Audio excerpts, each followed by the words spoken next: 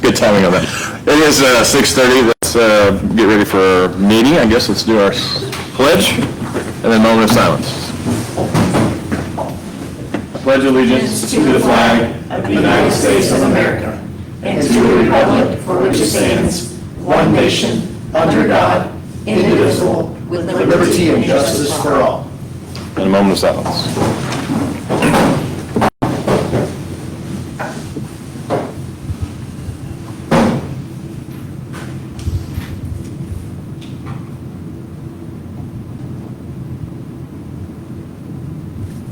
Amen. All right. Well, we know Mindy has a steak ready, so. I don't think it was. All right, Mr. Martin. All right, well, thank you and welcome to the November 4th meeting, and we hope everyone has a happy Thanksgiving next week. Absolutely. First up, we have our consent agenda from the October meeting. Are there any questions? No. Okay, with that, I'd like to make a recommendation that the consent agenda, financial reports, and board minutes of the regular board meeting held on October 14, 2024 be approved as submitted. All right, we have a recommendation. Do we have a motion? I'll make a motion. Motion by Mindy, I'll second. second by Jessica. All in favor? None opposed. All right. On our student achievement and success, our students are not here, so we're going to skip over item A. And we're going to go to innovation grant, and that's Ms. Lori Jennings. So this is a different grant from the last one I talked about. That was modernization. This is innovation. So this is a different grant from the state that we were awarded for our medical pathways, around $10,000. So we're getting some new equipment for them. So a blood pressure training system, vital signs monitor package, and a CPR infant training mannequin package for them. So Wow. some great equipment, so they'll be able to do what they need to do. It's supposed to help with HOSA and their competitions and stuff as well. So Good. they'll update the equipment to work with. So. Great. Wait to walk into one of That's those awesome. trainings again. That's awesome. Congratulations. Thank you. All right. Up next, we have Ms. Markfeld, and she's going to share on our Walton grant. Yes, we are excited to receive on Friday another $480,000 grant from the Walton Family Foundation. Wow. So we are excited. That's Wow. the third or fourth one? Yeah, I think Third I cycles. think you're over $1 million. Yeah. So I'm excited about that. Team Rhoda is going to be focused on middle level into junior high career, early career exploration, externships, and opportunities for students and families. So it has a big family focus to it, helping to get our families more engaged in that readiness and career exploration while they're still engaged maybe with their students a little bit more. So I'm excited with that. There is written in the grant as of today a position to manage the grant in addition to some stipends and some things for teachers to earn, as well as paid externship opportunities in industry and education throughout the summer for teachers, and then hopefully to replicate that for our students and families during the school year. So we're excited about what all that means. There'll probably be some trickle up into the high school, as well as the purchase of a career exploration system that will trend with our kids from 5th through 12th grade, called U-Science. It's one we're exploring as recommended by the Walton Family Foundation. So we're looking into some opportunities. That first award will be in December 2024, and then it's $480,000 over 2 years. So our first one was $800,000, and it went to do the medical clinic and some things when the high school was being built, some of that facility and structure. Then we wrote, I think, a couple other around $480,000, Blackhawk pantry and things like that, career exploration, the reconfiguration of the quad, and some things have come out of that. And then this one will be focused on some middle level and junior high exploration. Great. That's exciting. Wow. That's amazing. Good stuff. Excited. We're Keep- thankful for the partnership. Great. Thank you, Ms. Markfeld. Up next, we have our action items, and our first item is out-of-state trip request. I know last month y'all approved Winter Guard, but when I put the cities down, I mixed all the dates up, so we need to redo it to get the city with the correct date matched up. So it's still 3 trips, it's still Ozark, Springfield, Nixon, Missouri, but the correct dates are on there now. I had a little bit of an issue, I think. And then our intermediate and middle school are going to their annual shop with a cop trip to the same Walmart, but it's still over the state line. And then our biggest trip is our DECA, a couple of DECA students and our advisor traveling to Orlando, Florida on January the 29th through February 2nd of next year. Are there any questions? No. Okay, with that, I'd like to make a recommendation that we approve the out-of-state travel as presented. Okay, we have a recommendation. Do we have a motion? I'll motion. Motion by Eric, I'll second. second by Ryan. All in favor? None opposed. We did it. We're good. All right, thank you. Next is board transfers. We have 6 students, 6 families requesting transfer for 6 students into the district. No one's requesting transfer out. We have space in all the grade levels. So with that, I'd like to make the recommendation that we approve the board transfers as presented. Okay. Any questions? No. All right, we have a recommendation. Do we have a motion? Oh, Jessica's going to make it. I'll motion. There you go. Second? I'll second. All in favor? None opposed. Okay. Up next is an enrollment analysis, and I'll share some information with that earlier with y'all. But what we're running into is in November of 2025, a year from now, our master facilities plan is due to the state for the 26-27 funding cycles with them. And right now, they use the same metrics across all the state for every school district. And for the next 10 years, they are showing us growing about 400 students over the next 10 years. We feel that's a little low. Over the past 4 years, we've had a little over 1,400 new residences, whether it's R1, R2, or R3, come online. And we've grown about 400 students. You'll see that in our report to the public in a bit over the past 4 years. I've talked with Mayor C. and Mr. Fye. He does a lot of their data at the city. Right now, we have approximately 1,600 new residencies, whether it's R1, R2, or R3, and what they call the queue that have been approved for building. And we have multiple new developments coming online as well. So we feel that number may be a little low for Pea Ridge School District. So what we're needing to do is a deeper dive into our demographics that will provide us, population trends, socioeconomic factors, and just a lot of other metrics that we're able to use. I cannot present what I think our growth will be to the facilities department. They need a third party. So is the city the third party? No, sir. RSP and Associates. Oh, they actually have it contracted out. Will be our demographer. Yeah. RSP and Associates are very familiar with Northwest Arkansas. They just finished up their demographic study for Bentonville. Bentonville's kind of going through the same things we are with growth at a larger scale, Sure. Of course. And I know the agreement's only for $13,000, and that's way below the threshold, the micro purchase threshold.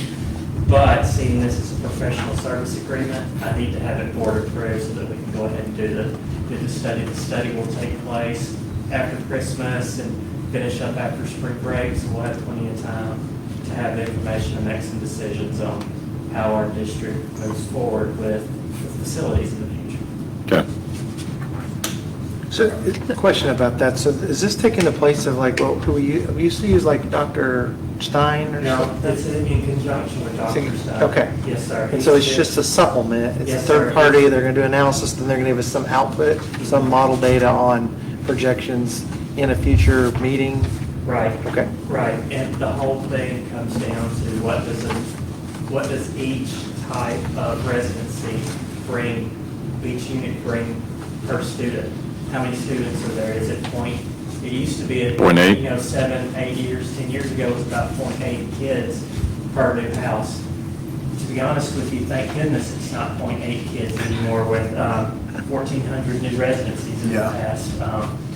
In the past 4 years, thank goodness it's not. So we need to know what, to be honest with you, what an apartment Sure. brings, what a Right. townhome brings, what a single-family home brings per unit, so that we can project out what it's going to be. They will give us a 10-year projection. So that's what the state requires, is a 10-year projection. Yeah. Okay. that answer your question? Yep, thank you. Any other questions? Okay. How long will it take? We'll start right after Christmas, and they'll be done April-ish. It takes about 3 or 4 months. One of the reasons why I'm recommending them is they already have a lot of the data, because they just completed this study with Bentonville, so they have a lot of the Benton County data. Okay. And the number of kids that we have going back and forth through school choice, through all those things, so. Great. It's a good compliment to us. Any other questions? Okay, with that, I'd like to make the recommendation that we approve the professional service agreement with RSP Associates to complete a student road analysis study. Okay, we have a recommendation. Do we have a motion? I'll make a motion as presented. Nice. Ryan, I'll second. second Mindy. All in favor? None opposed. All right, thank you. Up next is an academic affiliation agreement with Mercy Health. What this is, it's an agreement so that we can send our kids into Mercy's buildings so that they can have practical experience while they're here with us. It runs through Mr. Bobbitt's class, his healthcare program, and it just allows our students to have that level of involvement and experience outside of the classroom. Mr. Nye, our council, has reviewed it, and Mercy is currently reviewing it as well to make sure it meets everyone's needs. So we feel pretty good about it. Okay. Any questions? Okay.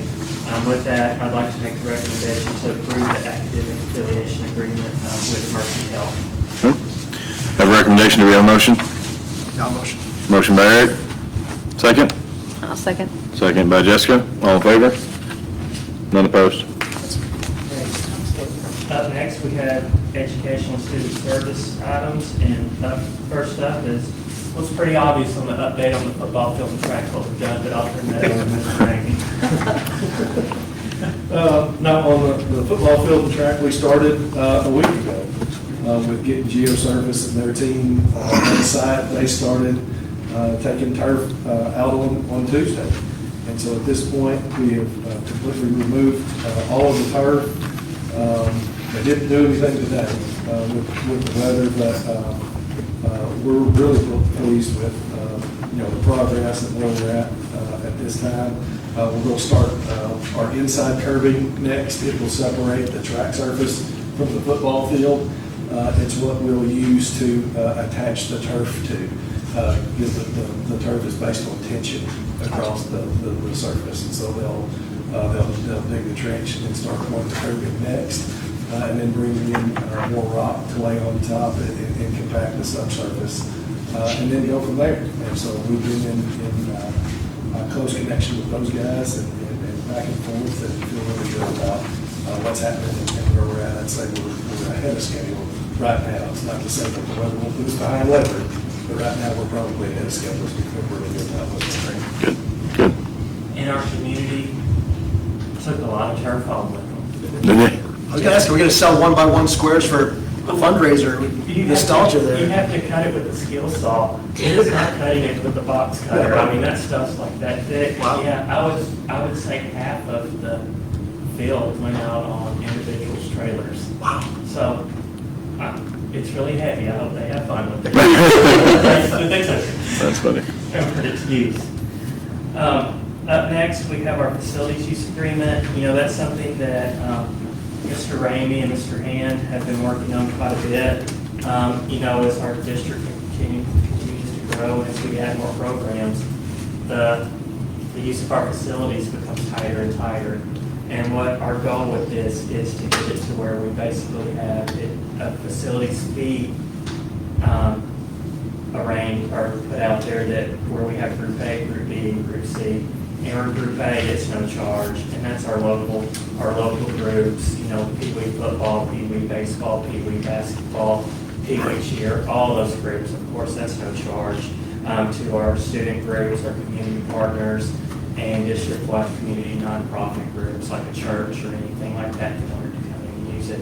But Group B has a smaller fee schedule, and they are community for-profit groups. That's if a I don't know, a for-profit group in town that would want to use use one of our facilities, or an out-of-district nonprofit group. And then there's also Group C, where the price is a little different, but that's out-of-district nonprofit for someone to come and rent our facilities. And we need this too.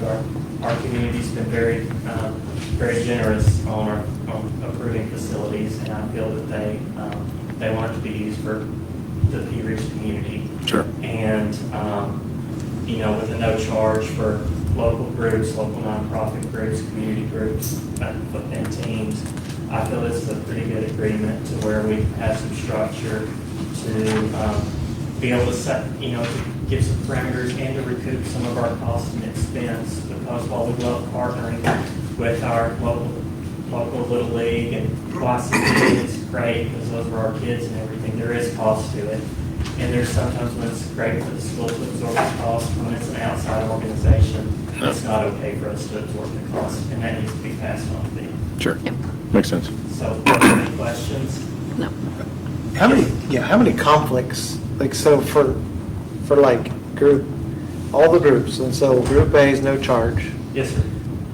So I was wondering, like, if you pick something like the PAC or the middle school gym, how many conflicts typically are there? And how do we resolve? For conflict, let's pick the indoor. Or the indoor, It's used okay. a lot. And so, like, how do we resolve, like, if you're saying Chick-fil-A can come in and take the indoor for, I don't know what it is, $150 We would. per hour? We would, it goes by this group. This group, in Group A has first Okay. rights, Group B has second, Group C has Perfect. third, but school has first. Okay, so Group it's the has first. school and then School, Group A. A, B, C. And so if you have, sorry, just playing it out, if you have multiple Group A requests and the school doesn't have a need, how do we resolve conflicts between just Group A? We try our best to work it out, and our groups have been very good with that. Let's say it's batting cages, and both teams need 2 batting cages, and there's 4. We may have 2 groups going in there at once. So we really try to work with the groups to get everybody what they need. It just may not be the perfect time that they want, if that makes sense. It does, because I feel like for no charge, there's invariably conflicts. So, We had some challenges when we first started. We had some groups that would reserve the space for the entire year. And they'd do it as a placeholder, because we didn't have any perimeters in our facilities. yeah. So they do it as a placeholder, a baseball, softball group, hey, if it rains, I'll go inside. If it doesn't, we'll just go outside and practice. But then we had groups that needed the facility that was already, booked up per se. And so we felt like we needed something to provide us some clarity, provide people that are wanting to use the facilities some clarity, and give us some parameters to work around, so that we were all on the same page. So Good. this is really more of a communication piece, to be able to go back and forth and go, here's what we're doing. So speaking of perimeters, do we have have we quantified how many Pea Ridge athletes or how many Pea Ridge students have to be on a team for it to be considered Group A versus Group B? Yes, ma'am. Yes. Okay, Good. we have that written down. Okay. Yeah, so with this, Group A is what we call community partners. We have an internal sheet that we're working off of, here's kind of criteria. Okay. That makes a community Perfect. partner. All right. And it works through And then Mr. Craig's office. The second question I had was the pricing. Is the personnel cost in addition to the pricing? Okay. Yes, ma'am. Yes, ma'am, you're basically paying rental fee for the space, and then you're going to have to pay for Okay. team services. If it's the PAC, that's your most expensive thing to rent, that or the arena, because we have to have someone who's trained to run the lights, run the audio, do all those things, and we need to make sure that if it's not school related, that we're passed through for the funds, and it's not taking school resources Perfect. to pay. Sure. Sounds good to me. Sure. Thank you. Anything else? No. Okay. Good policy. Thank you, Mr. Rainey and Ms. Brunel and Mr. Ian worked really hard on that. I just get to talk about it. So I'd love to make the recommendation to approve the facilities use agreement as presented. All right, we have a recommendation. Do we have a motion? Motion by Eric. Second? Second. Second by Ryan. All in favor? None opposed? Okay, up next is the first reading of our school choice policy. new state laws and regs are changing some of the definitions in there. And there's substantial changes to us, specifically on the capacity issue. Current definition is 90% of a grade level, so kindergarten. Oh, goodness, sorry. Oh, sorry about that. Good. Kindergarten currently has 10 teachers with a capacity of 200. 90% is 180. Can somebody look up there and see if there's a minute or something? Oh, my goodness. Thank you. I have a football. Current capacity is listed as 90%, which would be 180. The new law requires us to go to capacity is when you meet state standards, which would mean 200. So what that means is, right now, we have the option to tell the parent or the family we're not accepting school choice based on capacity of 90% or greater.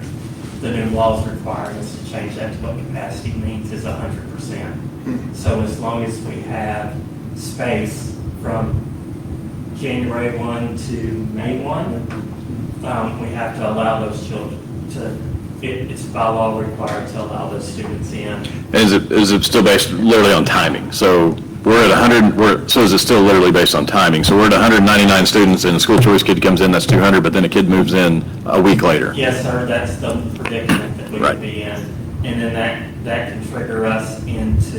Another classroom, right? Yes, sir. Find another or hire And another I'll be teacher. the first one to admit, Hebron School District we're a growing school district. There's a lot of school districts in the state that aren't. Yeah. And so it doesn't affect them the way that it could affect us. But when you look at the second piece, the application process, for the past 10 years or so, school choice has been, we approved school choice in May or June, and they started the next August. The new rules and regs state that between January 1 and May 1, if someone applies, I have 15 calendar days, I have 2 weeks to tell them yes or no on their ability to transfer in, and then they have 10 days to enroll, or 10 days to inform us that they are going to enroll in the fall. So that means they will come in immediately instead of waiting until the next school year. Right. So those are 2 major changes Yeah. that aren't optional for us. So it's going to be very rare that we're able to hit capacity and say, Yes, sir. no. Yes, sir. I mean, it just is. And procedurally, this would be approved here? No, sir. No, this is not, okay. No, Now, we're sir. updating the In the policy. past, school choice was approved through superintendent recommendation to the board. Okay. This has it with the timeframes. You can't meet that That's requirement. what, that was my concern. That's Our timeframe doesn't support you in that time. Right, because I will move into the practice of every Monday morning,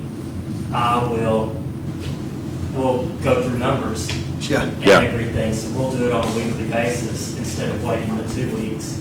And so the policy will change towards the superintendent acting under the policy guidelines. So will there be this thought that, how do I want to say this, like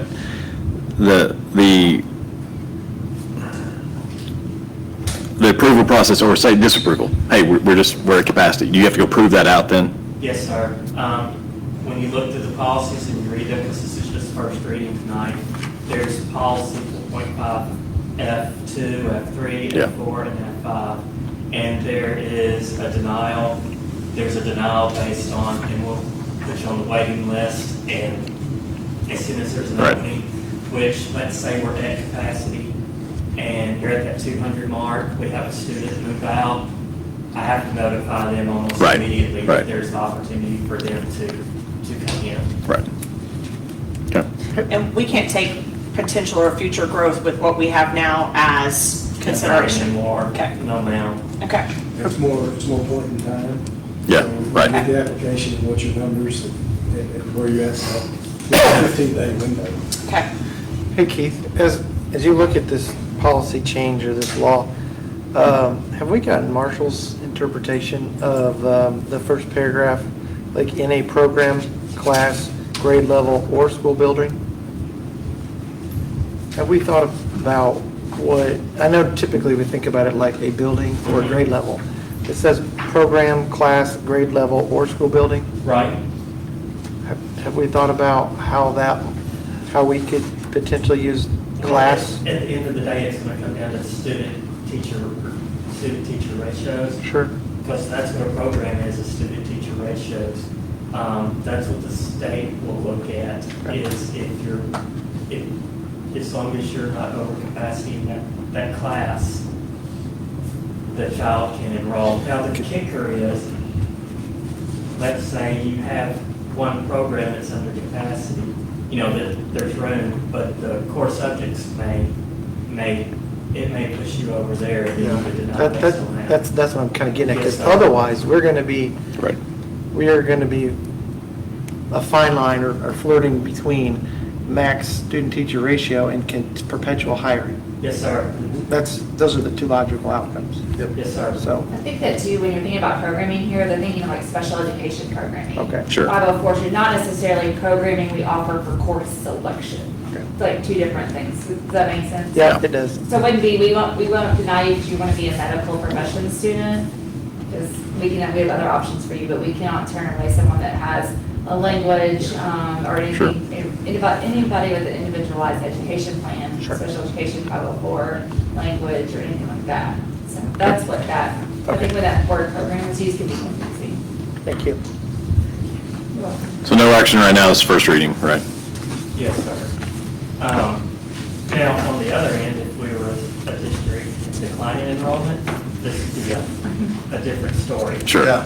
And everything, but Yeah. for us, at this point in P Ridge's history and time. Right. Yes, sir, it's a little worrisome for us. Yeah. The biggest change, in years past, we would collect all those applications from January to May. Yep. Approve all of them in mass at the That's right. meeting, if we had space. Now it's 15 days Yep. and almost immediate enrollment. Yeah. Or it was Oh, yeah. the next school year. So those two changes cause us, great concern. Oh, yeah, sure. Also, Absolutely. Wow. So if y'all have any more questions, please feel free to send them. This will be on the agenda for the December board meeting for approval, because we have to have this in place before January 1. Okay. Oh, you bet. We're going to bounce back and do an update on our tax side. I just saw the overview. Okay, so just finish it. No, so we were invited by the Bentonville Chamber, since it's the greater area chamber, kind of formed a relationship with one of the ladies that works there. So she asked our media interns if they could go and film and record the NWA Tech Summit that went on. So it was a full 2 days. There were people from all over the world there. So it was a really cool experience for our kids. I think there were 4 of them that got to go both days. Really got to watch them kind of grow in what they were doing. So in the beginning, they were a little nervous because it was all just adults there. But by the second day, they were like, can we interview this person? Can we do this and that? So it was really neat. But they got to be in all those sessions and hear from all those speakers at the same time, while also getting to film and photograph and help put together some promotional materials. Are you talking about Coach Will with that team? So yes, I mean, he's had them like that. When they asked us if we could do this, I said, you better let me find out, because I have no idea if we have the capacity to do this or not. So I was like, Coach Cook, can we do this? Because this is a huge job. Like it was a big deal. It was, like 5 different breakout rooms going on, these 2 full days. I was like, do we even have equipment? Do we have all the things? But yes, he led that up. I mean, he made sure they had everything. They were ready to go. They were there bright and early in the morning. And had them all assigned to different roles and different jobs and what they were going to do, and it went really well. Great. What did they think? Did they enjoy it, or did it stress them out? They really did. At first, well, they were exhausted. Sure. After day one. That was their feedback. They didn't realize how much like work they felt like it was going to be, but they did. They really enjoyed it. What a great experience. Can we recognize those students? Like, what are their names and grades? Do we have that information tonight? If not, that's okay. No, there was, yeah. Yeah. Also, They were the group that were supposed to be? Yes, ma'am. Gotcha. Okay. Okay, all right, I'm with you now. Sorry, I didn't mean to put you on the spot, Ms. Jennings. Just curious. That's fantastic. We'll definitely have that for you next meeting. Thank you, Ms. Jennings. All right, up next, we have our annual report to the public. I know this page up here is really small. That is what goes into the newspaper every year. And so we're going to go through that page in the upcoming slides. Every year we have to do our accreditation status with DESE, the standards and accreditation. For the 23-24 school year, we were fully accredited, and like always and everything. So we were able to do that with not only our academics, but student support, human capital, operations for fiscal government, community engagement, and facilities and transportation. Earlier, when we're talking about the enrollment analysis, we're talking about our district enrollment. In October of 2020, we were 2216. Today, when we pulled that, we were 2610. I believe we're 2615 or 2616 today. So we're right at 400 students over 4 years growth. So that's why I think we may be a little short on what they're projecting us out as. And we're averaging about 4% growth a year, give or take a little bit. But we are consistently growing around 100 students a year, and we've done that. When you take that 1 year out for COVID, that was just wonky. We've been averaging that 4.5% growth every year, day in, day out, so year in, year out. So from our demographic standpoint, I know when we did our rezoning and everything, our demographics have changed, and our student demographics are starting to show that. We're 85% Caucasian or white, and about 15-16% other races, such as Asian 0.8, but our Hispanic Latino population continues to grow. Hence, we have added our ESL services and everything. Pacific, Hawaiian Pacific Islander, African American is continuing to grow, and so is our American Indian. So our community is becoming more diverse, which is a good thing. When we look at our demographics, from our per pupil expenditures, they definitely increased. One of the things that's not reported yet, what it was, but we've increased about $1,400 per student expenditures from 2020 to 2023. It'll be more next year. The big change was with the LEARNS Act, with the changing in salary. Our school choice enrollment has stayed relatively the same. To be honest with you, one of the things that is helping our school choice enrollment is traffic. It's kind of helping us stay at about that 10% range on that or not, because what used to take 20 minutes to bring your child to Pea Ridge and go back, it's not 20 minutes to go back anymore, even with traffic. So that's actually where traffic has benefited us a little bit. And our graduation rate has stayed around that 91-92%. So we're continuing to do that. Our English language learners is continuing to grow, along with our population becoming more diversified, and our special education population staying around that 12-13%. Gifted and talented population has gone from 6.68% up to about 7.1%, so it's staying about the same. How do we define that? Gifted Gifted and talented? Go ahead. Okay. Students are receiving services through there. K through 2 is what I consider whole class enrichment. With it, when they hit 3rd grade, it's the kids who have been identified as gifted in the gifted and talented program with Ms. Harrison, Mr. Dawson. Got it. How are kids identified? Do we give every single second grader an exam, a test, or what? Every single third grader. Third grade. It's the test that we give throughout the state and co-op. Like, we distribute the test here, we do the test scores are on the range. There's other factors too, students move in and things like that. Okay. Your services move from pull-out services to I'm enrolled in advanced and honors classes. It looks different at each grade level. Gotcha. And on our free and reduced lunch, our free and reduced lunch percentage is ticking down. And you can see that in our demographics, even when you look at census data and everything. Our median household income is increasing. Our average home price is increasing. Yep. So, okay, Mr. Ramey, we'll still be north of 30 this year, I believe, but we'll never, I don't feel we'll ever start creeping back up.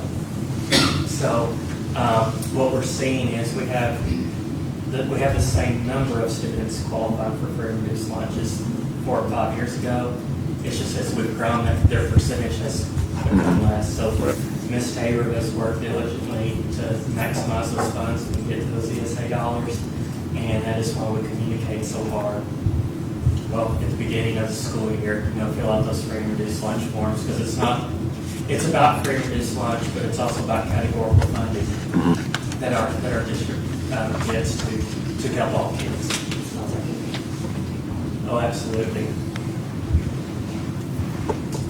Up next, Ms. Tabor and our principals are going to talk about Atlas data. And please remember that ACT Aspire is what our state had used for the past, I think, 7, 8 years. And we went to a new testing system, so the two sets of data cannot be compared. Yeah. So, Ms. Tabor? Sure. And I'm sorry, I did not bring the thing, so just let me It's know. okay. Like Mr. Martin said, we have a new assessment. We took that test in April, May of last school year. And because it is a new assessment and it was developed by the state, so it was first time taken, it took us a while to get the data. We got it just after our last board meeting in October. So we took it in April, May, and received the results mid-October. So we're still learning a lot about those results and kind of digesting the data and what we can do with the information. But one of the major changes is how we describe student scores or categorize them. There are 4 reporting categories. That was the same in ACT Aspire, but what they are called and what they mean is different. So you're going to see a series of slides as we go through tonight to look at our data. And all of them have these same colors, except for our primary. We'll talk about that in a second. But students took the Atlas assessment in grades 3 through 8, and then we took some end-of-course exams in 9th and 10th grade, depending on the course you're in, and we'll look at that. But the data is reported in 4 areas. So level 4 means you have an advanced understanding of grade level content. Level 3 is proficient understanding. Level 2 is a basic understanding of grade level content, and level 1 is limited.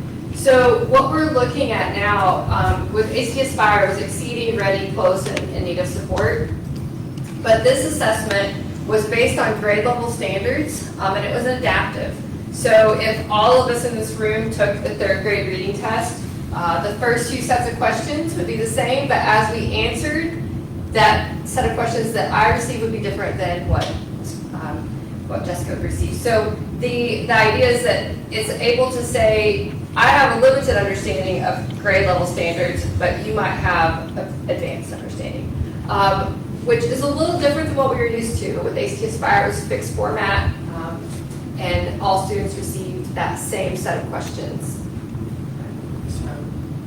So our district achievement, and this is for math, looking at grades 3 through 8 math, plus every student who took Algebra 1 geometry. And we can compare ourselves in this assessment to the co-op, so our 16 schools in the co-op, that's the Northwest Arkansas number, and then to the state. And the percentages you see above each bar are the percent of level 3 and level 4. So proficient and advanced.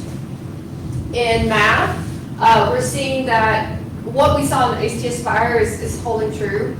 We're exceeding the state and the regional average of students scoring at proficient or above.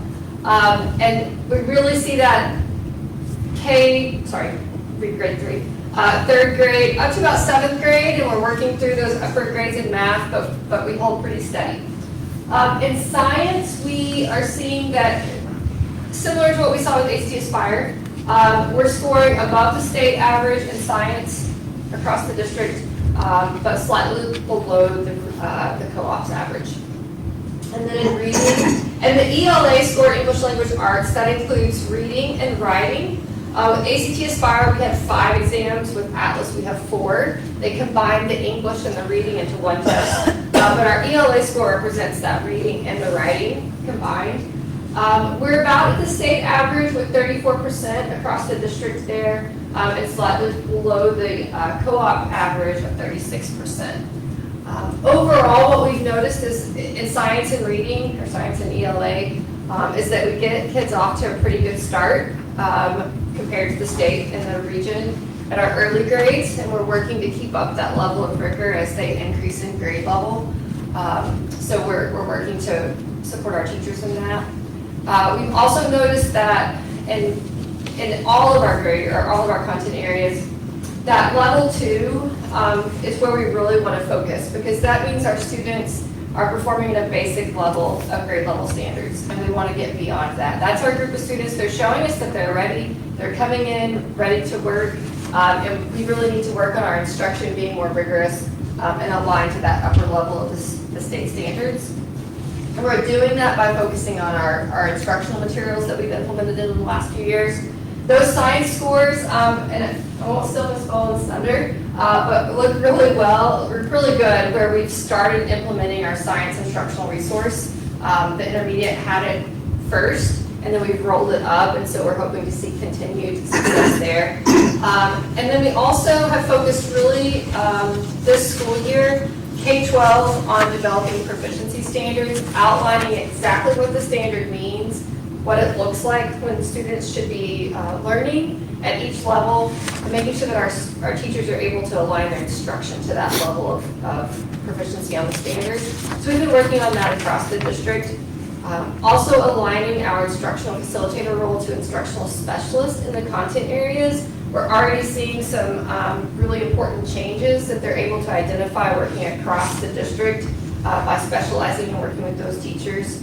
And then we've also implemented district and campus learning walks to help our campus principals and our instructional leaders identify areas that, hey, we want to replicate this kind of instruction that we're seeing here in this grade level, in this classroom. We want to share it across the district so we can learn from each other.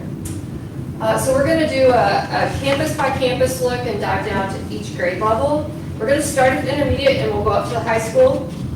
Their data is represented in the same way with these 4 levels. And then we'll look at the primary. The primary Atlas assessment is a screener, and it's, instead of at the end of the year, was given at the beginning of the year, really like late September. It's the first year also.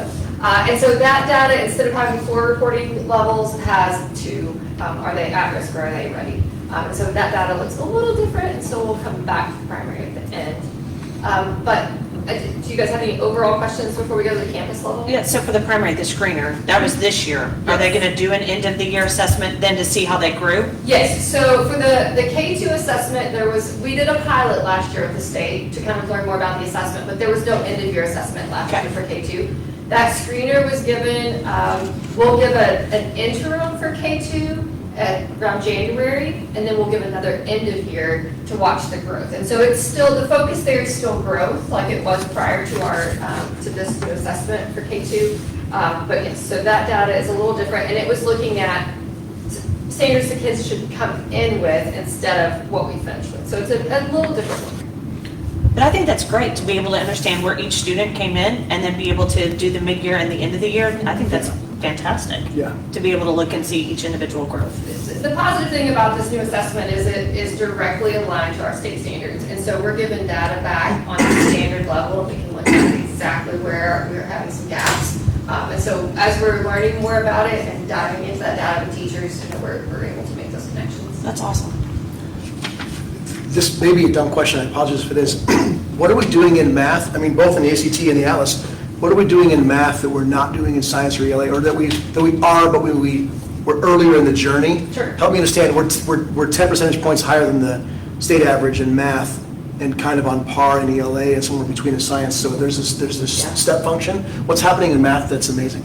Math, that area was the first area that we identified and adopted a high-quality instructional material. Got it. And it was in the middle grade band instead of at the beginning or the upper. And so it was able to kind of spread. And we did that in 2018, 2019. So it's been a while. Yeah. And those teachers have really, we had a core group that adopted it and they helped spread it throughout the district. And I'll say our vertical alignment there is much stronger because of that use of the resource. It was supported by our co-op very early, and so we had extra instructional support. And we see the benefits of that. And that's one reason when we looked at science at the intermediate prior to the Atlas assessment, teachers they all taught science, and they really saw this assessment coming in aligned to standards as a need for that resource. And so science, like I said, just rolled it out this last school year, and it was, the intermediate started in August, but I think the junior high came in like late spring, and so we've just kind of been learning with that one. I love that. Yeah. Okay. So similar journey Yeah. as with math. We're just earlier in the journey. So give us 5 years and we'll be. That's pretty long. Okay. Thank you for the answer. The first year for this, and so we're trying to figure this out. It's obviously we have comparative scores. Do we have what's our goal? Like I was there, our goal's 100%, right? But Absolutely. what are we shooting for? Are we shooting for 60, 70? Yeah, that's a difficult question to answer because you definitely want to say 100%, right? And this is pure student achievement. There is no growth that we can look at here because we don't have another assessment year with this data. But really, we want to see growth from year to year. And so all of our students are growing eventually, because we grow into achievement, right? So we want to see growth every single year. What I would really like to see is that level 2 cut in half. It needs to go up to level 3. Because if we're instructing at grade level expectations every single day, then our kids will get there. And so ideally, that number, we can knock that out really fast. But we've established a new baseline with this new test, and so Yes. we're looking at it from. Yeah. Yes, sir. And we really didn't know what to expect. We knew what we looked like with ACT Aspire, but, and the numbers don't translate very easily. They will establish a growth measure, so they'll do the statistics to get a growth measure of a student that took Aspire in 23 to what growth was in 24 at the state level and provide that to us. We'll see their calculated growth, but growth from Atlas to Atlas will take us there. And we're going to have a student dashboard. It's going to be by student growth, right? Yes, Okay, yes. you guys, I don't want to see that, but you Yeah. guys will have that data. Yeah, we'll have student by student growth data. Perfect. Students who Definitely move those, okay. in to P-Ridge from other districts their data will carry with them. Perfect. And so when it comes to, not to downplay the great growth that's on the far right scale is great, but we've got about 25% of these students that are below. Yes. What are we doing?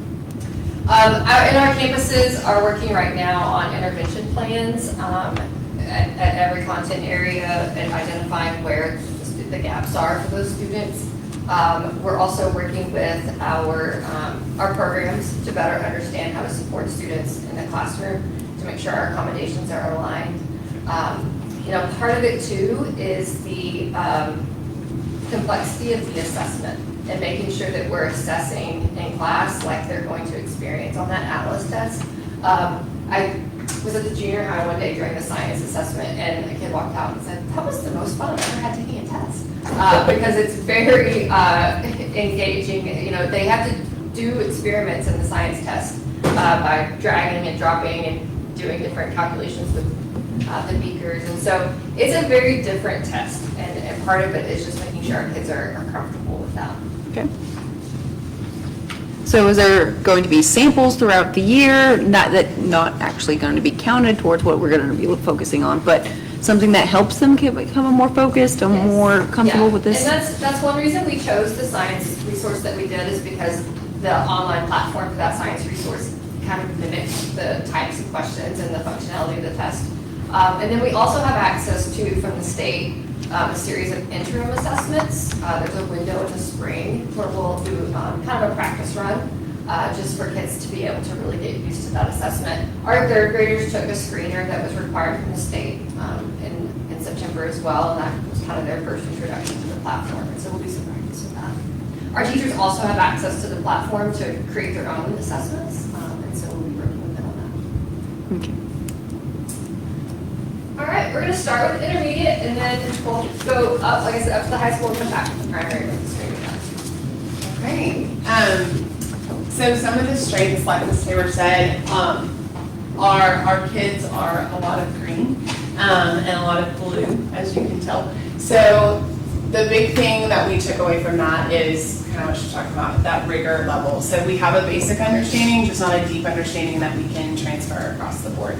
So first and foremost, I want to say I'm extremely proud of how the intermediate scored. The teachers have worked very, very hard to get the scores out of our kids that we got. So I'm extremely proud of just the work and effort they've put in. Because you'll see in ELA, math, and science, they scored extremely well in our co-op and in the state. So first and foremost, they do the work. I just kind of like Mr. Martin said earlier, they do all the work, I just get to report to you. So I want to take time to acknowledge that. So our strengths really come from the implementation of the science curriculum, like Ms. Taylor said, and along with that, our ELA teachers were very intentional with nonfiction passages. So really how to deduct information from a text, which was extremely helpful in the science area, as well as in our ELA scores. Also, just the analysis of the curriculum and the standards, like knowing what we're teaching so that we're teaching it at the correct level. So we did okay at that. We're getting better at that this year. We're working more intentionally on that. So our focus are gaps in Tier 1 instruction and the planning that comes with that. So really just knowing where our curriculum, because no curriculum is completely accurate and complete for the rigor level that we need. So us knowing the standards well enough to know, like if our curriculum's not meeting it, what do we need to add in to push our kids to the next level? So that's one really big intentional practice that we have right now, is looking at our 15-day plans for that. The other thing is the proficiency scale. So there's been a lot of, I would say, hot conversations over proficiency scales at the intermediate school, down to reading it independently versus read to them, writing a summary versus being able to orally tell you a summary. So lots of really deep dives into conversations about what does that mean to be proficient or on grade level. And then in the back of your mind knowing like the basic is not enough to be able to get our kids where we want them. So our action is analysis of 15-day plans.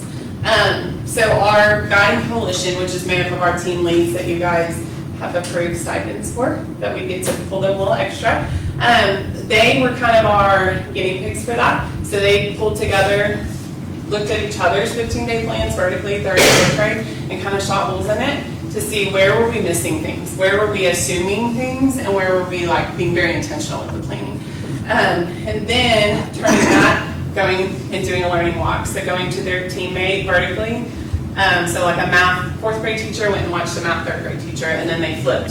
And so what does that look like? How are we being intentional with that rigor level in our lessons day to day? And then looking at the proficiency scale. Does that match what you're saying you've planned, what you've taught, and now how you're assessing it? So we've been doing those cycles at the intermediate school over the past couple months.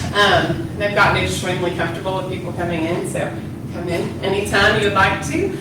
And then a really big piece that we were missing before in our learning walks was a debrief with the teacher that they watch. So being able to come in and just ask, like, hey, why did you only do 3 questions in this math lesson? And the other teacher being able to say, because that's all that was in the curriculum. So here's how I'm supplementing and here's how I'm supporting. So then just kind of knowing what's happening in each classroom. And then we are working super, super hard and intentionally to bring parents in on those academic discussions. So we were part of the Learner Collective last year, and we applied for a $50,000 grant and received that for more community and parent engagement. So we have our first parent meeting tomorrow night to find out, like, how can we engage you differently with your kid at this grade level on the academic. We're really good on the parties and the fun and all of that stuff, but when it comes to like hard conversations about proficiency scales, like how do we bring parents in and how do we have that? So we have a group coming tomorrow night from 5 to 6 to have those just open conversations with us. I just want to call it an observation for the vertical alignment. So I know I was part of the training that we did with like the PLCs and got to have a little bit more in-depth conversations around that. But if you take a look at every single one of your fourth grade percentages, your third and fourth grade teams must be working very well together, because 48% in your fourth grade in ELA, 56 in science, and 63 in math. So there's got to be those conversations happening. It doesn't just start at fourth grade, it starts at third and then continues in fourth grade, so well done. Thank you, thank you. And we are very thankful for our K2 partners that send us those kids more prepared for those harder lessons and harder conversations. Yes, not, So- I was gonna Yes, brag on them when they got their primary time, but. Yeah, no, it is, like, it's definitely, if they weren't feeding us the way that they're feeding us, it would be a lot more difficult to pick up the ball and run. Absolutely. So we really appreciate that. I think Ms. Tabor came by right after we got K3 screener results, and we got Atlas results like the next day, and I was like, I'm gonna need a minute in our data, 'cause we're being inundated between the K3 screener and Atlas, and just deciphering like how can we use those different data points, because you'll see whenever Ms. Bennett talks, like the things that we got from the K3 screener, and just how do we kind of help with that and align that to our Atlas scores. So our third grade team has been working very hard, our third grade literacy team, on taking the screener data, taking their Atlas information, putting it together, and coming up with a good plan on how to grow them in both ways. So, Awesome. thank you. Thank you. Great, thank you. Really impressive. Are we allowed to applaud? Okay. So kind of like Ms. Tabor's already talked about, our math teams started out, sixth grade was one of the teams that started out with IOM for the beginning, so they've had it for a few years. You can see if you go over to our math data, that's one of our high points that we are very proud of. Our sixth grade math team is very high over even our Northwest Arkansas on that. They have helped fifth grade over the last few years. They've only had fifth grade IOM for 4 years. Fifth year, this is our fifth year. And our fifth grade team made some huge growth this year with that. So we were very proud of our math. They had one way, when looking at it, that they made the growth is really being able to dig in to their curriculum, see where those essential standards are, see where they can use that H2IM to really tie into their interventions and their needs for their students. So you can see in math, we have been able to really make that growth and understand those things even better at a higher level. And so that is one thing we're very proud of, that they have been able to work together for vertical alignment really well for that. Another thing is I'm very proud of all of our teams. Our PLC process, as Mindy mentioned, she's been through some of that training with us. They have really increased that PLC process, having those really hard conversations on data and things. We're still growing in that. But one thing we're proud of is you can look and see that in those hard conversations we have, even though it's still light green, we're still at 2s. There is less in the yellow and the 1s, and we are moving to the 2s. And you'll see in our action plan, that's one thing that we are focusing on, are those 2s and how do we get them to 3s. So that is something that we're proud of, that we are moving up the scale, right? And some of our focus areas are proficiency scales. All of our content areas are working on the proficiency scales. Literacy and science really have already started this year digging in, having those, what do you call them, spirited conversations on proficiency scales and calibrating their grading. That is one thing we are really working on, is calibrating our grading, making sure that every class that we are giving the same assessments, we've been doing that, but making sure we're looking at those same learning targets in the same ways and grading them in the same way. So when we're looking at their data, that it is consistent through that, and we're asking for the same rigor for every student. Also for, especially literacy and science, science is a newer curriculum, literacy is a very complex curriculum.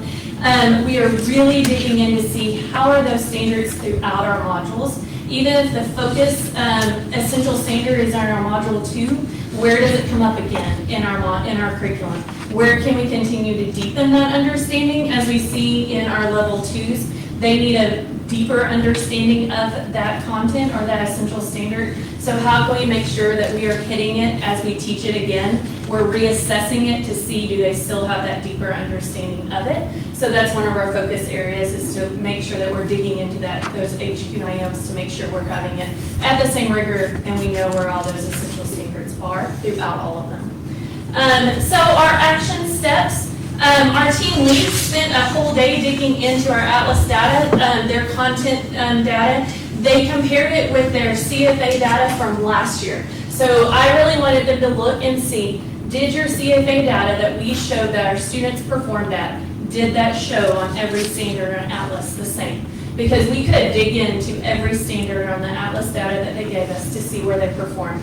And they made spreadsheets and charts of where it did, where it didn't, where they taught it, where they think they could have intervened more. If it didn't match, if it did match, we knew our calibration was probably pretty good on our grading. If it didn't, then we need to look at that rigor more. So they made action plans for each of their contents on how can we use our curriculum better, or how can we use our intervention better, and what steps and resources and help that they needed to try to move forward on those standards that they didn't meet. Also, our district learning walks, we've been very intentional about bringing data back to all of our faculty on our district learning walks, and they're tied into our instructional model, and also having our teachers go into other classes and having those same learning walks. We took our 5th grade literacy already over to 4th grade and did some learning walks over there and some debriefing with them. So we're using that in our action steps. Also, we're partnering with our instructional specialists. They're coming in to help us dig into those curriculum more and seeing how they tie in throughout the whole year. And we are also, we're privileged, we got a grant through the Bailey Group to use that. We have a coach coming in for, I think, 17 days to come in and support our literacy teams, and Ms. Shelton and I on how can we use that to fill some of our gaps, or where can we use that HQIM and our intervention in that. So that's a lot to say in a little bit of time. What questions do you have? Great. Good job. I was gonna say, I think you called it out when you said that there's less in the orange or the yellow, and then just focusing on those level 2s and making sure that we're teaching to the rigor to get them to 3. Yeah, the spreadsheets and the action plans, they all took their level 2s. They ranked them by, like, we had so many that were within like 3 points of getting to the 3s. And so they have ranked them, they have put them in, where are they in my classes, where do I need to check on them on their CFAs, and they have taken those level 2s and really now have an idea of where they were and where they should look at them through the year. It's awesome. Good. Thank Good. you. Thank you. And just while you're sitting down, Yeah. love the use of the grant to get a coach to come in and look at the gaps, and just the complete, like, how to say this, being allergic to complacency. I just love the, like, the assertiveness and it's fantastic. Thank you. Yeah. Good evening. So one thing that we noticed in our data, when we drilled down to data that was student by student, which you mentioned earlier, Mindy, then also class by class, we noticed that the great majority of our students in our advanced classes did very, very well on this test. So what we took from that is that the strategies and the rigor in those classes are something that we need to try to replicate in our on-level classes as well. So we're excited to think that through and determine the best way to do that for all of our students. So what does it mean for us as teachers? We're going to implement, we have already been working on having more rigorous data talks within our PLTs, really intentionally pulling students into our intervention sessions based on individual data by using our student data trackers that we've put in this year. And also relying on the instructional resources that we've heard already from the other buildings. Our new Amplify Science curriculum, which we implemented last year. Our English curriculum, our math curriculum, really making sure that we're drilling deeply into that curriculum, not supplementing it with other things. We need to rely solely on that curriculum, and that will help us then increase that academic rigor that we're expecting for all of our students, and then also increase the expectation for the quality of work we're then receiving back from our students. Mr. Martin, or whoever's using the slide, if we'll go to our science data next, we as a building really celebrated, that's okay. Sorry. That biology data that you're seeing there at the bottom. Heck So yeah. those are our 9th graders from awesome. last year. So that's a pre-AP. Biology, that advanced biology class, where we saw 81% proficiency for those students. That was a huge celebration for us, to see the success of those students and that teacher who worked so hard. And again, we think it was that higher level of rigor that we expected for those students, and they met that rigor. So we were excited to see that. Also, another thing that our science team has realized, again, learning this new curriculum, is they need to add more regular and frequent checkpoints with their students before they end up with that summative assessment at the end of the unit, just to check and make sure their students are along and on track with them. That's something they realized early on in the school year and have already implemented with their kiddos. If you'll move on to math, then please. We're excited about our 7th grade level data. And again, our advanced students led the charge there. We also have, our math teachers have recruited some of our electives teachers to help do interventions during our encore time. And we're targeting those students that were on a level 1 for the Atlas assessment last year. We're also going to continue to use our new 7th grade prepared course that every 7th grade student takes, and really use that course to help prepare our 7th graders, help them transition, and then it help them accelerate toward proficiency as well. Also, one thing that we've realized is that we need to work harder at aligning our essential standards with Atlas. For example, our science team realized that one of the standards that they previously taught at the end of the year was 33% of the questions on Atlas last year. So now that we know these things, we have restructured our pacing guides for science, and now math and English are following suit to make sure that we are teaching those standards in a more timely fashion to give our students the opportunity to learn that content. I love that. In time for the assessment. That's great. We as well are using our learning blocks and our BLC. She's conducting a model classroom where other teachers come and watch her teach. Then she meets with them afterward to give them feedback. Then she goes and watches them, try to replicate it. And then tomorrow, we actually have a learning block day. Every teacher in our building is going to go and watch 2 other teachers teach. And so that's a really valuable part of our experience. I know you just heard that with the other buildings as well. And finally, we have a lot of new teachers on our campus this year.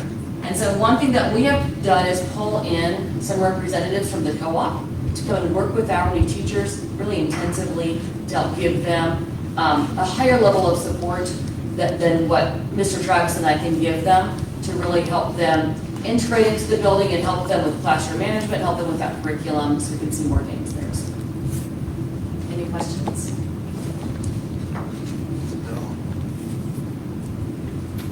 Very good. I was going to ask Thank you. about the science, but you kind of answered that. We're excited about that. That's Sounds like Mr. we- James Hurd, by the way. We cracked the code on that, sounds like. Well, I would like to double click on that one. So great, great scores on biology, a little bit below state, but great proficiency overall. What happened, so like when I turn over to biology in high school, like the state is still 60%, which is a record for, I don't see a higher state proficiency than 60% for anything. That was a typo.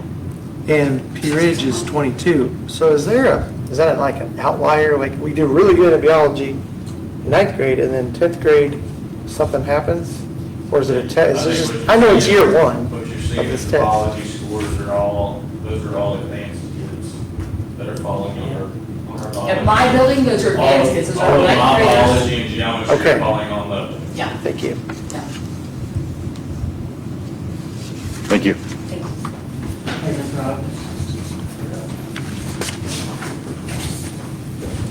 I first off would like to kind of say, I know we've heard a little bit about curriculum up here. I think the curriculum has definitely played a large role in some of the growth that we've seen in our kids. But I would go a step further and say, I think the teachers, us growing some of our teachers and their teaching practices, based on my experience, I think kids perform better when they know how much you care. And I think we've done a really good job within the PLC process of creating better teachers, better practices, the ability to create relationships, ability to create relevancy within the curriculum. So I'd like to give our teachers a big shout out. I think they have a large role in some of the growth that we've seen. Along with that, you've heard from multiple other leaders that our data that we're getting now is broken down by standard, which is definitely more helpful. So some of the things that we're doing at the high school is we have targeted time with our team. So we have targeted time with our geometry team, targeted time with our biology team, for us to actually go back and say, okay, how did we do on this standard last year? What do we need to do different? What are, like, some of our highly reflective practices are coming into play, and that is, what resources did we use? What activities did we use? If the teacher's the same, we can go back and talk to them and see, what exactly they were doing that led up to that unit that may have led to some bad scores with that standard.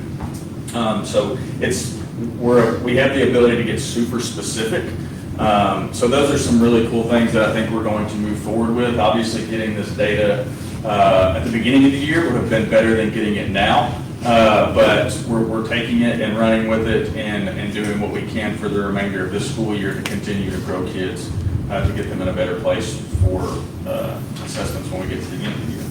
Any talk amongst the co-ops about the geometry? I mean, the geometry, 11% Arkansas, like, it seems like something, I hear what you're saying about the transition from standard to AP or whatever, but it seems like across the board, geometry, we're struggling, state, co-op. I mean, I'll say this, like, coming from the math world, I taught algebra, geometry, algebra 2, calculus, all the things. It's probably my least favorite to teach as a math teacher, and I would echo that from some of the other math teachers that I've taught with. It's different. It's just a different form of math. There's a reason you don't see geometry 1 and geometry 2. It doesn't build on a lot of other future concepts. Algebra 1 builds onto algebra 2, onto algebra 3, so on and so forth. So, One of the things, go ahead. Sorry, I was going to say, one thing that they've noted multiple times from the state in regards to geometry and algebra 1 in some sense, is that was probably the biggest shift from the ACT Aspire to this assessment. Prior to that, with ACT Aspire, our students in 9th and 10th grade took the exact same ACT Aspire assessment. It was early high school math. And that included, it was more like the ACT. So it included algebra 1 up to algebra 2 skills. And so this shift to an end of course assessment is different for us. It goes back to prior to ACT Aspire 8 years ago, what we did in Arkansas. And so geometry teachers have traditionally been used to, or at least the last 8 to 10 years, teaching towards that early high school assessment, which was more like the ACT. And this assessment was purely on geometry standards. And so taking that adjustment also from algebra 1 to geometry and that different mindset. So across the state, that's kind of some of what they've seen. I think some of the things with the LEARNS Act, I think Merit Pay put a little more teeth on data and teachers reviewing data and changing practices from one year to the next. So I'm hoping that will help some things as well. Jessica, I think you mentioned something about, are we exposing these kids to the type of format they're going to see, like whenever they're testing at the end of the year? And the answer to that is yes. Like there's like a sandbox I think kids can go play in, and it's basically gives them an idea of what kind of format, a drop and drag, or whatever it may look like whenever they get to that test at the end of the year. So just a couple little things that we're doing along the way to try to get better. Again, I think I'm hoping next year we'll get this in a more timely manner, and we can hit the ground running in August with some of these ideas. One of the things I've seen in all our buildings, from winter time at the primary, intermediate, okay, and then it changes over to encore time at the junior high and high school, is the ability to go and give point in time intervention to kids when we see a skill gap and everything. Mr. Ogden shared, I believe mid last week, the scheduler that y'all are using, going in and actually instead of not only seeing that the student is lacking in that area, but doing a pre and post and assessment piece to make sure that they have that skill set ready. So what I'm most excited about throughout our district is the data disaggregation that we're doing to see down to the individual student what they need and what they don't need to help make them more successful and improve our student outcomes altogether. That's probably what I'm most proud of to see our faculty and staff doing for our students. I do feel like we need to, I know we want to be college ready with not even just career ready, but with these numbers, like how are you going to implement this now that we have these? I know we want to get them ready and push for more training, more ideas on our test taking, but how's this going to get us college ready and Yeah. school ready? Yeah, great question. I think some of the things that we're doing outside of what is reflected here on this data, like our college and career readiness team is like phenomenal. Like they are doing great things for our kids. On top of all the other events that we're doing, the CCR fair that Ms. Markfeld has definitely been a big part of putting together. I think all of the celebrations that lead up to, these kids have 4 years of a mentor. Of someone their 9th grade year, their 10th grade year, their 11th grade year, their 12th grade year, to start pushing them in the direction of, okay, what am I going to do after high school? Okay, have you taken these steps? Have you filled out a college application? Have you gone and done a job interview? Like all the things that go along with some of the things that I feel like parents just aren't super aware of, especially if they don't know what their kids want to do sometimes, especially if their kid doesn't know what they want to do sometimes. But so it's helping them explore some of these pathways and see what they're going to be good at, see what they're eventually going to go into whenever they leave us. I think too, that what you're gonna see is, the reason the last grant that I wrote for, that we wrote to Walton was on a middle level focus, is exactly what you're saying. Do they understand the need of geometry for what they want to accomplish? I know what you're saying is that we're asking those questions, because I think there's a disconnect between students sitting in the chair don't understand my performance in geometry and what it means for me long term. So there's a lot of learning into, while we're increasing the work of the teacher in the classroom, we also need to be increasing and starting earlier the work and the knowledge of the parents and students, so that they understand their performance in all of their academic classes, but these 3 in particular, and then, as 11th grade, how you perform the ACT is life-changing. So how do we make sure you understand the academic rigor as a student, and that you are maybe performing grade level? I think it's something that we're newly exposing our students to, using the student success plan and other things to say, yes, you didn't maybe perform where you needed to be, you were a 2 or a 1, but now what we're going to do, get you to a 3 and a 4 by the time you're in geometry, algebra 1. Like that piece is what you're. Thank you. Yes. So I think that's a big shift, and we talked about that last week. How do you get student and parent understanding so that they understand that how you're performing in class affects where you're going to be forever? Yeah, because as a parent, Yes. not a We school don't board make member, that high. you can't make it. But when you're seeing this, it's just, it does seem a little bit of alarming. It is, absolutely. I think Well, not a very little, it's a lot, important. it's very alarming. And if we But don't tie it to, like you're saying, the whole part of readiness, then there's no connection, because of a point-in-time test to how I'm going to be ready forever. We've got to make sure that students and parents understand that. Thank you. Because you see it, we get it, and then we dip, and then we get it again. Yes. Yeah, for sure. Any other questions? Well, this doesn't really, I don't know that it's necessarily a question. We all know I'm blunt, so I'm just going to go ahead and just put it out there. So this is not meant to offend anybody. This is not meant to be, so I see a correlation because our PLC process works very, very well at the primary and at the intermediate school. And I've seen it work very, very well at those 2 schools through our walkthroughs that we've done. And we see that the numbers work. I just want to make sure that we're putting the same kind of stress at the junior high and the high school, because we're seeing the effectiveness, and I can't help but tie the numbers to that. So I just want to make sure we're putting the same kind of stress on junior high and high school, so we can start. I know we started with the youngers. Again, it's not to be disrespectful or not to be a negative comment. It's just, I want to make sure that we're also putting the same kind of stress with those focuses at the middle school and or the junior high and the high school, so we can see those numbers and continue to have the same growth and not lose ground. Either way. I think Mr. Ogden really spoke about the shift in the way they're even scheduling. So he has in addition to speak exactly to that, the urgency for which, and the junior high is too doing a little different, but the high school explicitly, they're having their teachers not only meet in their math PLTs, they're also meeting additionally each week, correct? The high In impact areas. geometry, biology, and geometry, and English. DLA 10. So he's not only tweaking, to speak to your urgency. We're double timing. They're double downing. And they get it. The Yes. teachers are on board, they're buying into the process, and they're all, Yeah, it's just, to speak it to looks what, so different from those buildings to ours, and to even try to compare, I would say it's super difficult. As far as the stress level, I think being put on both buildings and all the buildings in the district, I think we're pretty equal as far as what we're getting from our leaders. That would be a correct statement. But I think that you're gonna see those tweaks along the way, and they spoke to it too, and what, Ms. talking about her building learning coordinator and teams, like the model classroom, things like they're doubling down. It's gonna look different and feel different, but the intentionality of which they're using their things, their tools, is very explicit. And something we're gonna talk about in just a minute too, that is gonna help with some of the things that Perfect. they're seeing at those older grades that you don't see. Perfect. And again, I mean no disrespect. I understand you can't, they're apples and oranges, but just making sure that the focus is there. But to speak to geometry as you taking it high school, that's not something that's a fun teach.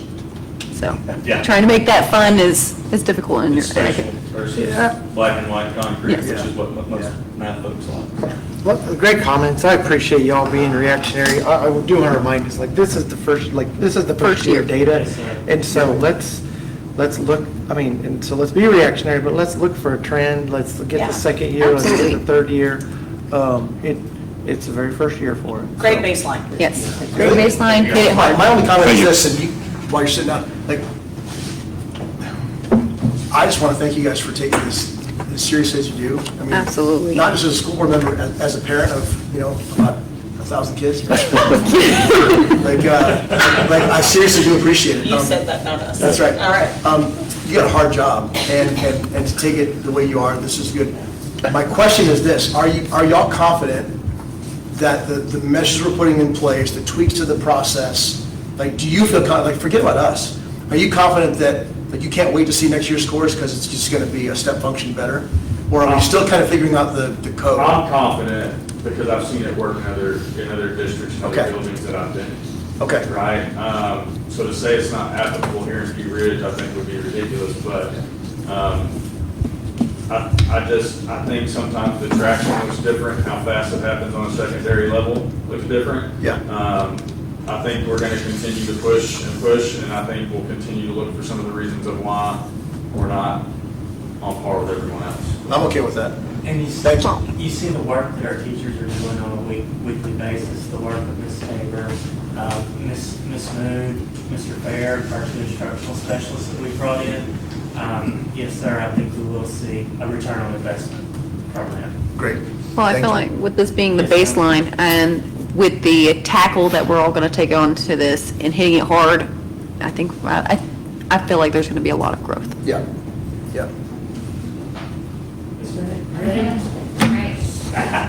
I'm looks different from everyone else's. So I'll just give you a quick little overview of what our data looks like. So in the spring, we did map data, and this year we will take an Atlas summative in the spring. So in September, it was supposed to be, I think, within the first 30 days of school, we had to get the screener, the K-3 screener. And so I think I gave it the third week of school. A lot of our kids are still trying to figure out life at that point. So I think we gave over, I don't know, we gave a lot of tests. And so our scores, this is first grade, and these are, September scores. The state has even come out and said there were some functionality issues with the K-3 screener. So they threw out the letters and sounds questions, which were questions like 6 and 7.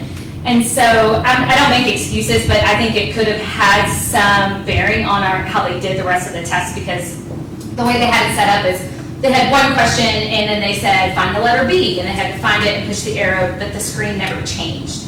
So they asked them 26 upper, 26 lower, and then 26 downs. And so a lot of our kids they wanted to see something different, so they've acknowledged that that was an issue and they're changing it. They actually threw those questions out, and so they didn't count into our scores. And so what we did with this data is the screener is different from anything else. So we've taken the screener, we're kind of done with that. We'll switch to the interim in January, which will switch to grade level skills. The screener tested the year prior skills. So first graders were tested on kindergarten skills, kinder was tested on kindergarten skills, and then second grade was tested on first grade skills.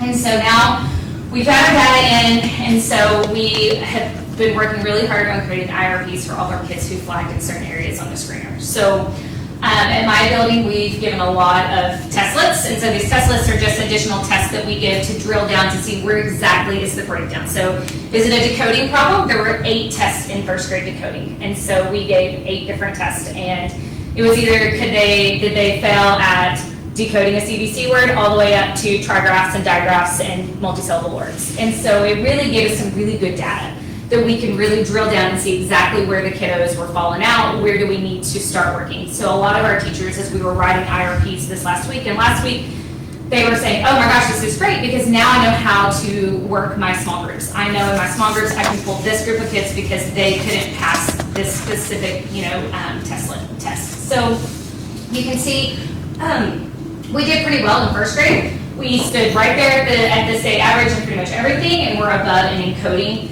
And with these numbers too, we also had 17% of our kids who took this were new to the primary. So that probably did have some effect on it, good or bad, but it did affect the scores, I would think, somewhat, because some of these kids didn't get our instruction last year that our teachers are doing such a fantastic job on. For second grade, if you want to click, second grade, we did great. We can really see the progression. We had fewer students that were new to the primary. In second grade, we only had 12% of kids that were new. So I think you can really kind of see the difference in those, the kiddos that have been at the primary and really gotten that outstanding, instruction from our teachers. Our scores performed better in second grade. And so, like I said, what we're doing the same thing with the data. We're looking at the screeners, we're looking at the testlet data, and we're really working on instruction from that point. In math, on the next screen, it didn't give us a lot of breakdown on the data. It was just, were you ready or at risk? And our kids performed really well. So we were really happy with that. Like I said, we're still working on proficiency skills as well, just like you've heard from all the other buildings. It ties in really well with our visible learning and our learning intentions and success criteria, so that all works really well together with our building initiatives. And we are working in our wing groups with pre-test and post-test to make sure our kiddos have mastered or are proficient at the skill before we move them on to a next group.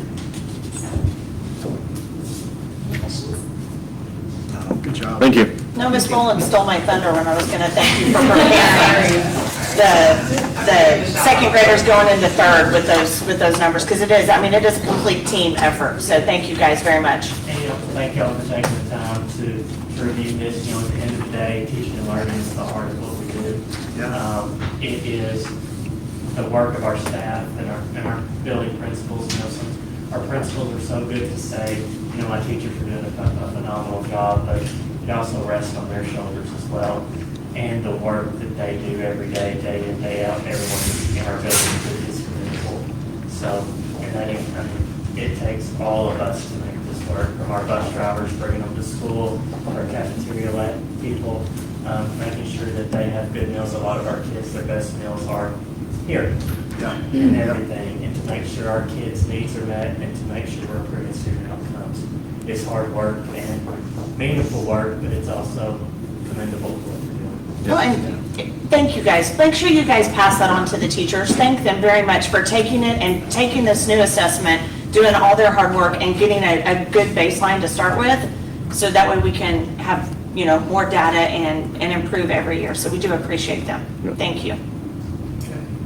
Anything else? Okay, our next item is something that is really exciting. Copiers. All right. Mr. Hand's been working with Ms. Brunel on this. Currently, we outright purchase a copier and then sign a maintenance agreement.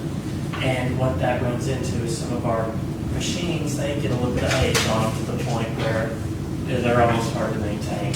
So what we would like to do is to move to a lease agreement with TDS. They're a local company. Right now, we're purchasing Xerox machines. And Mr. Hand, please correct me if I need to. We're also struggling with sometimes the level of service that we're getting from our current one because they're not local and everything, and so it's more difficult. TDS, we've used them in the past. Currently, we're spending right at $6,000 a month on copier, toner, all those things, at least the maintenance agreement. We have 20 stations that have copiers now. 3 of them would stay on site because we've already bought extra machines. But this would replace 17 of the machines. And it would come in right at $34.72 a month. And when you look at the maintenance agreement, it gives you so many copies a month. And then if you go over, I think it's either 240 or 250,000 black and white copies across. I know that sounds like a lot. We like copy machines here. But you go over that and it's a certain charge rate. And of course, color copiers. Sounds like my phone plan. Yeah. It sounds like my phone plan. That's a shared plan. Yes, same thing, except instead of one phone, we have 20 phones. Yeah. And 20 copiers and everything. Copier is a vital piece of each building and everything. My goal is to make sure we have quality copiers in every building.